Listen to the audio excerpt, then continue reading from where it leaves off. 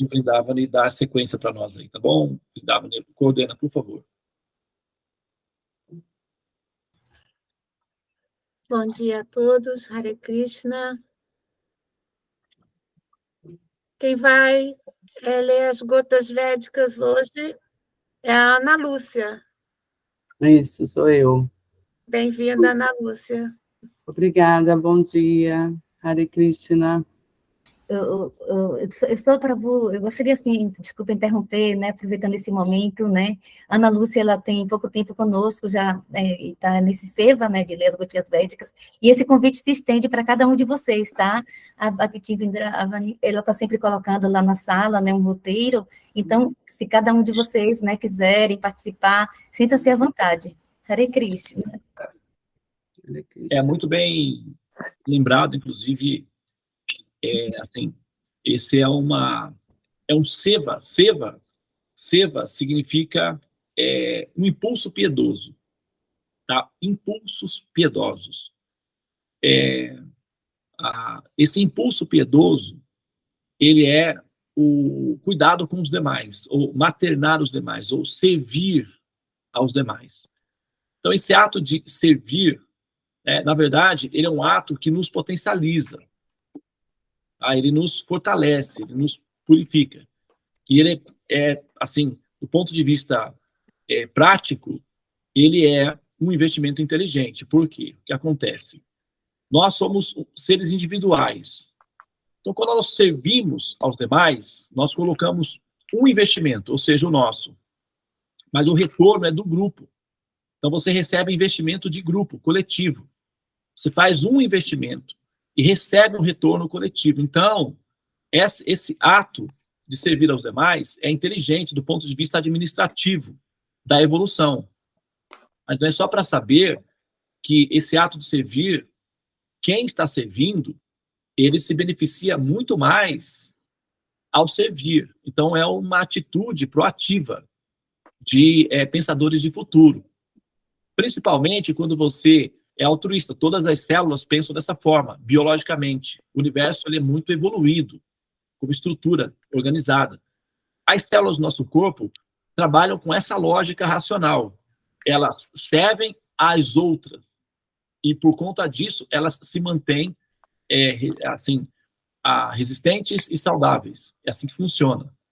Então, biologicamente falando, de acordo com o processo evolutivo da biologia natural, esse ato é um ato coerente com o processo da inteligência do universo, portanto, está alinhado com a mente de Deus, ou a mente do Criador, que projetou todo esse sistema para funcionar assim. Com todos vocês que participam da Sala dos Mantras, que interagem com a Sala dos Mantras e que desejam ir um pouquinho mais adiante no processo de interação com o grupo, com aqueles que você está se beneficiando por ter essa associação transcendental, podem, oferecerem-se para fazer esse pequeno movimento, que é um movimento bem simples, de ler as escrituras para os demais, para que a gente possa dar sequência no nosso programa de autoconhecimento, de autorrealização. Tá bem? Então, esse é um ato simples, mas um ato amoroso, e é gostoso ver pessoas novas interagindo, se oferecendo, participando. Nós temos tantas pessoas aqui, por exemplo, nós temos a Valci, nós temos o Wilson, agora nós temos a Ana Célia, que está com a gente, e tantos mais pessoas que estão na sala, que nunca participaram conosco diretamente de uma atividade assim, e que esse momentinho de ler as gotas védicas é um espaçozinho que a gente abre para que vocês possam interagir oferecendo alguma coisa do seu coração para nutrir, alimentar e fortalecer os demais. O resultado é que você recebe tanto o amor de todos que estão na sala, a gratidão, isso já é uma força espiritual significativa na hora de compor a receita do ser. Tá? Então, aproveitem essa oportunidade, tá?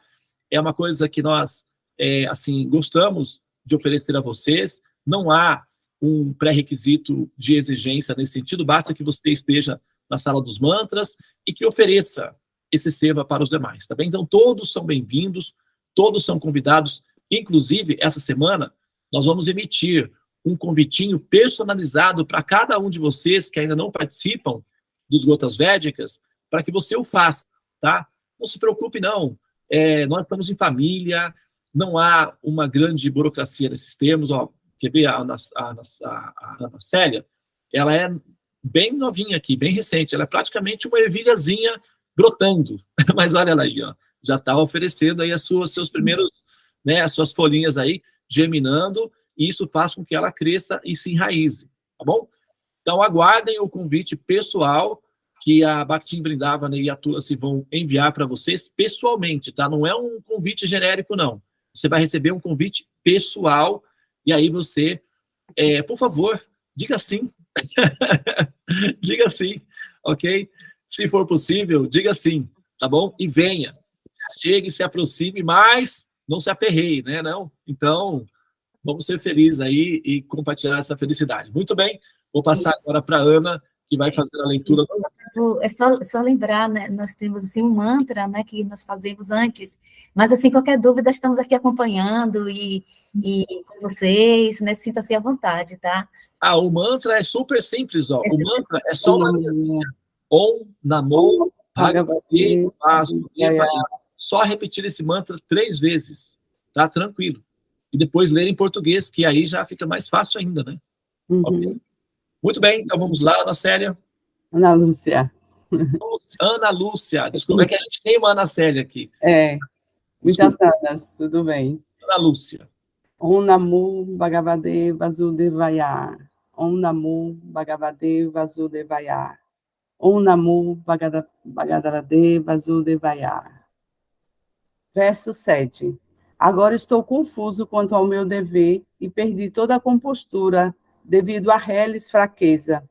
Nesta condição, estou lhe pedindo para que me diga com certeza o que é melhor para mim. Aqui estou, seu discípulo e uma alma rendida a você. Por favor, instrua-me. Até agora. Aqui está rápido. Verso 8. Não consigo descobrir um meio de afastar esse pesar que está secando meus sentidos.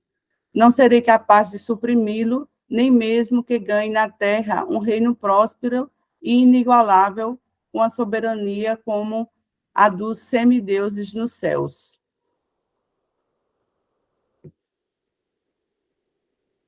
Quer que repita?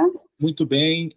Ana Lúcia, repita apenas o primeiro verso, por favor. Agora estou confuso quanto ao meu dever e perdi toda a compostura devido à reles fraqueza. Nesta condição, estou lhe pedindo que me diga com certeza o que é melhor para mim. Aqui estou, seu discípulo e uma alma rendida a você. Por favor, instrua-me.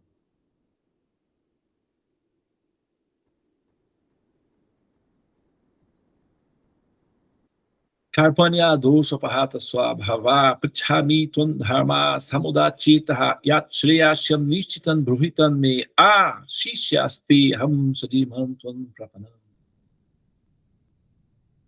Muito bem. Então, Arjuna, aqui nesse verso, a gente já começa, né? Agora são 7h19. Isso vai tomar 11 minutos, né? Vamos fazer até às 7h30, tá bem? Aí vocês estarão já liberados. Nesse verso, nós vamos fazer a gente vai entrar em breve nós vamos entrar num sistema prolongado de estudo da Bhagavad Gita. Nós fizemos a síntese da Bhagavad Gita, os vídeos estão quase todos, né? Acho que faltam 2 ou 3 vídeos só para serem editados, mas eles estão todos prontinhos no nosso canal. Em breve nós vamos divulgá-los mais publicamente, mas nós vamos fazer uma caminhada de 18 meses. Nós fizemos de 18 dias, agora nós vamos fazer de 18 meses, aproximadamente, eu acho que vai ser uma vez por semana, tá? À noite, como foi feito, assim, a síntese, nós temos todos os dias, né? Agora nós vamos fazer uma vez por semana, 1 ou 2 vezes, a gente vai contar ainda a quantidade de versos, nós estamos organizando, e em 18 meses nós vamos cobrir, então, todos os versos da Bhagavad Gita. todos os detalhes. Agora a gente vai fazer uma investigação pormenorizada. Nós fizemos uma síntese geral, sobrevoo, e agora a gente vai entrar, assim, nos bastidores para ver como é essa história aí mais de perto. Vamos dar um zoom, né, aí nesse evento aí, nessa epopeia aí da Bhagavad Gita. Aqui o Arjuna, ele já está, né, assim, na condição de um discípulo consciente, tá? Ele vai dizer o seguinte: agora eu estou confuso quanto ao meu dever e perdi a compostura devido à reles fraqueza. Tá? Então aqui ele está admitindo a condição de alma condicionada. O que acontece? Nós temos um problema, que é um desafio que a gente tem, sabe? É uma coisa, tá? Chama-se orgulho. Essa coisa é um câncer, tá? Assim, ele é um tumor maligno, ele é muito ruim, tá bom? Ele não é bom. É bom saber que ele não é bom, tá? E aí o que acontece? Esse orgulho, ele vai partir do seguinte princípio: eu sou o Senhor de tudo ao meu redor. Eu sou o Senhor de mim e também sou o Senhor de todos ao meu redor. Eu controlo tudo e a todos. Esse sentimento, ele não é ruim quando o ser está pensando do ponto de vista em proteger todos aqueles que estão em perigo ou que estão desencaminhados. É isso que faz uma mãe, é isso que faz o mestre espiritual, é isso que faz o próprio Senhor Supremo. Ser o controlador não é um problema. O problema é a avareza.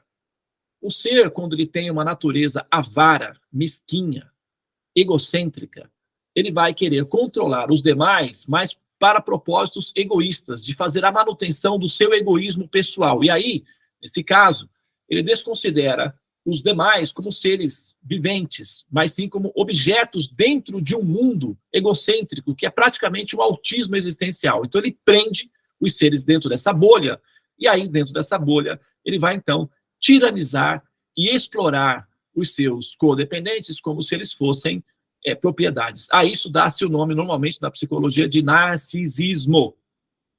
Ah, mas eu conheço uma pessoa que é assim. Gente, acreditem, esse fenômeno é muito mais comum do que vocês imaginam. Tá? Se for feito um rastreamento interno, vai encontrar vestígios, traços desse comportamento. Por quê? A alma condicionada, ela é orgulhosa.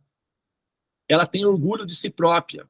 Só que o que acontece? O tempo vai demonstrar que esse orgulho não é válido, ele não procede, principalmente quando aparecem doenças.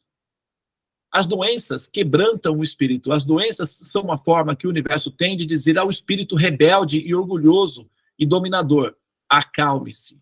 Você não é tudo aquilo que você imagina que é. Tá? Fique na proporção natural. Você apenas, a sua situação é humana. Você não tem força, você não tem independência pessoal. Tenha compaixão dos demais, porque eles sofrem, assim como você sofre agora. Sinta o sofrimento para que você entenda que os demais também sofrem quando você atua com tirania em relação a eles. Então, as doenças são uma forma que o universo tem de nos ajudar a entender a nossa dimensão, a nossa condição real como seres, que não somos independentes, que não somos dominadores e controladores no nível. Então, é bom que a gente saiba que, na medida em que nós fazemos o nosso próprio dever de casa, a nossa própria organização interna, quando nós assumimos a nossa natureza humana, quando nós nos humanizamos, quando nós nos tornamos humanos, nós nos tornamos também compassivos. Porque ser humano é humanizar-se, e humanizar-se significa ter compaixão daqueles que sofrem, e não produzir sofrimento para eles, mais do que eles já sofrem. Não aumentar a carga deles, para que eles sofram mais do que já estão sofrendo. Isso é empatia. E só um ser organizado e limpo internamente é que consegue ter empatia dos demais. Porque ele não vai colocar o peso dele sobre os demais. E admitir que é um ser que tem contaminações e que precisa purificar o coração dessas contaminações é um passo importante do processo de autoconhecimento e de evolução enquanto ser. Compaixão não significa que você será um bobo, um tolo entre os humanos. Não é nada disso. A compaixão te deixa forte e faz você perceber que você não pode ser narcisista em relação à humanidade, nem tampouco permitir que os outros sejam narcisistas com relação aos outros. Você vai, então, trabalhar para educar a humanidade, purificá-la desse contexto egocêntrico. Aqui o Ajna, não sei se vocês conhecem as terapias que são aplicadas, né? Existe um livro escrito por dois norte-americanos chamado Bill e Bob. Chama-se Os 12 Passos. Eles eram alcoólatras. Na época não havia programa de tratamento de saúde pública para o alcoolismo, o governo não reconhecia isso como um problema ainda. Isso era considerado um problema religioso, que as pessoas eram sem Deus e tal, ligados ao cão, Satanás, alguma coisa assim, e não era reconhecido como problema de saúde pública. Esses dois rapazes americanos, Bill e Bob, eram alcoólatras e decidiram se juntar para ter forças, para se ajudar um ao outro, para superar o problema do alcoolismo. E eles, então, foram registrando as experiências dele durante o processo, dos dois. Eles acabaram escrevendo um livro chamado Os 12 Passos. E existe um dos passos, e esse livro, ele é uma... Interessante, né, que eles fizeram 12 passos, né, um ciclo completo do zodíaco. Não sei se eles perceberam o que eles fizeram, mas o que acontece é que um dos passos, esse livro, esses passos, eles são utilizados em todas as clínicas de recuperação para drogas, alcoolismo, problemas de neurose, enfim, várias clínicas utilizam esses passos como método terapêutico para a recuperação dos seus pacientes e funciona muito bem. Funciona muito bem. Posso falar isso para vocês pessoalmente porque o meu pai era alcoólatra e eu, por conta de auxiliá-lo, né, no processo do tratamento dele, ingressei na sociedade do AA, que são os Alcoólicos Anônimos, e nós aplicamos esses passos sobre nós. Eu aplico esses passos sobre a minha vida espiritual, porque você pode aplicar esses passos, esse método, em qualquer área em que você estiver na vida, para o seu trabalho, sabe? Para a sua inter-relação pessoal com seu cônjuge, com seus filhos, sabe? Com a sua religião, você pode usar esses passos em qualquer área, porque funcionam muito bem. Tem um dos passos que vai dizer o seguinte: somente quando eu admiti a minha impotência perante o meu problema, é que eu passei a sentir a força do poder superior sobre mim realmente. E só então eu tive forças para dar o próximo passo. Então, enquanto nós nos achamos superpotências, pessoas já prontas, e que os demais estão com os problemas, e eles têm que se adaptar a nós. Se nós temos um problema real, se você já superou os problemas, se você tem força espiritual, se você já tem condições de liderar uma pessoa a ponto de ela se libertar dos condicionamentos, então a condição é de um monitor, um médico, um ser que cura. Mas se você está no processo de autocura, de purificação, então esse passo de admitir perante Deus que eu sou uma alma condicionada, eu nasço e renasço constantemente nesse mundo chamado material, então eu não sou um jogador tão elaborado assim. Se eu fosse, não teria nascido como ser humano. O nascimento humano já indica o jogador é medíocre. O que é medíocre? Médio para baixo. O jogador médio para cima não nasce como ser humano. O jogador médio para cima nasce nas sociedades superiores, chamado devas. O jogador médio para baixo nasce entre humanos. Então nós precisamos, na posição como Arjuna aqui, ele vai dizer que agora eu entendi que eu estou fraco, devido à minha natureza fraca. E qual é a nossa fraqueza? O nosso orgulho. Essa é a nossa principal fraqueza.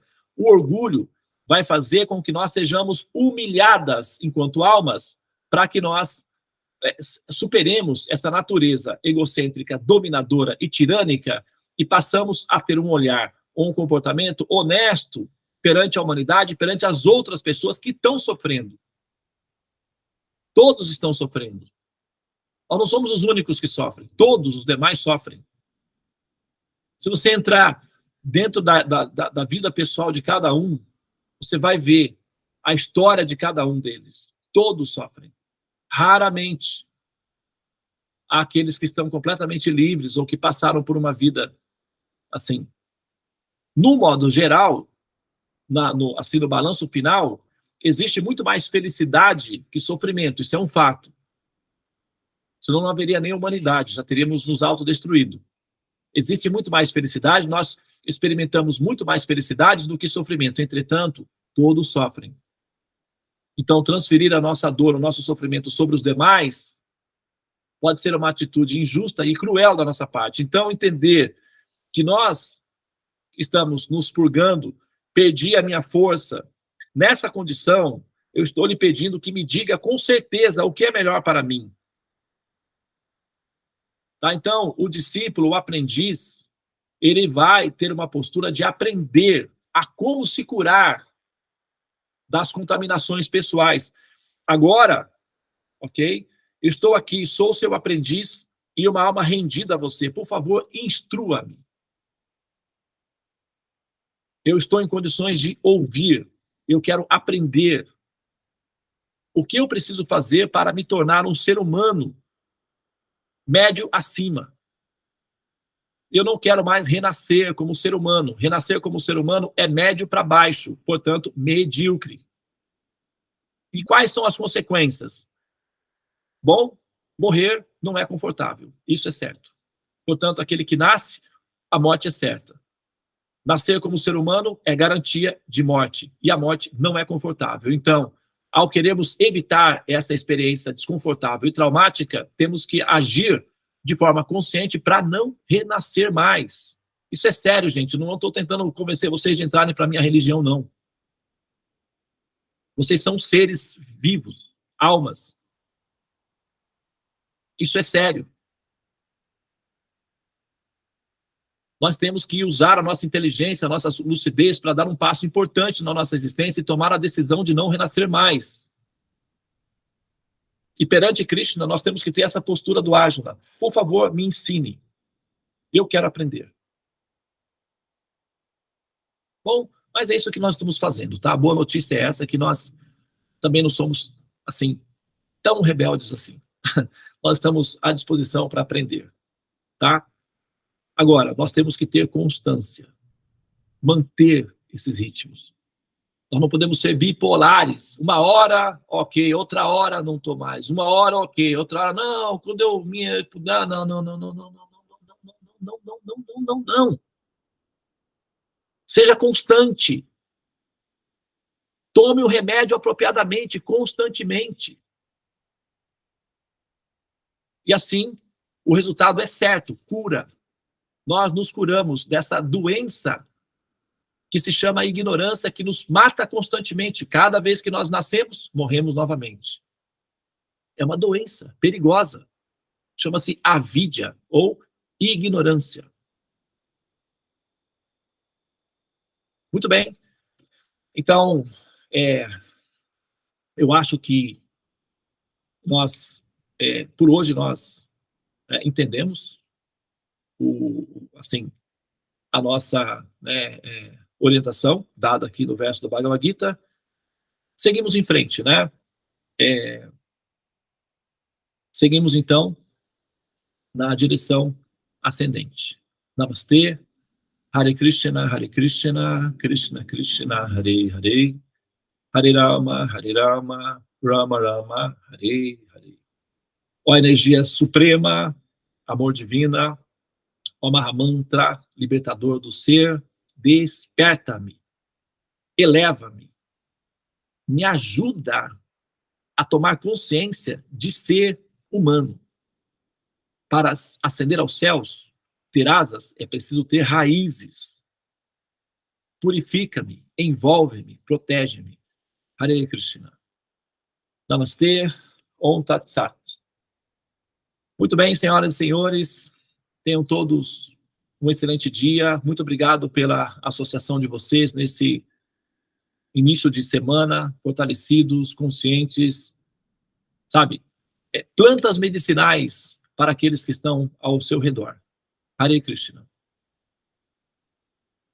Gratidão, Prabhu. Hare Krishna, beijo quente de Kátia, roubando aí no coração de cada um de vocês. Uma boa semana, gente. Hoje é o último dia do mês, 31 de julho, hein? Vamos começar amanhã já, agosto. Tchau, pessoal. Tchau, bom dia. Bom dia. Tchau, tchau para todos. Você que está Bom gravando. dia para Bom todos. dia, gratidão a todos. Hare Krishna. Hare Krishna. Prabhu, cancelar a gravação. Não sou eu que estou gravando, não. Ah, não? Tem alguém gravando aí. É, Porque eu não estou como coordenadora, eu não posso cancelar. Bom dia a todos. Me coloca. Você pode. Clica nos 3 pontinhos. Bom dia. Peraí. Conseguiu?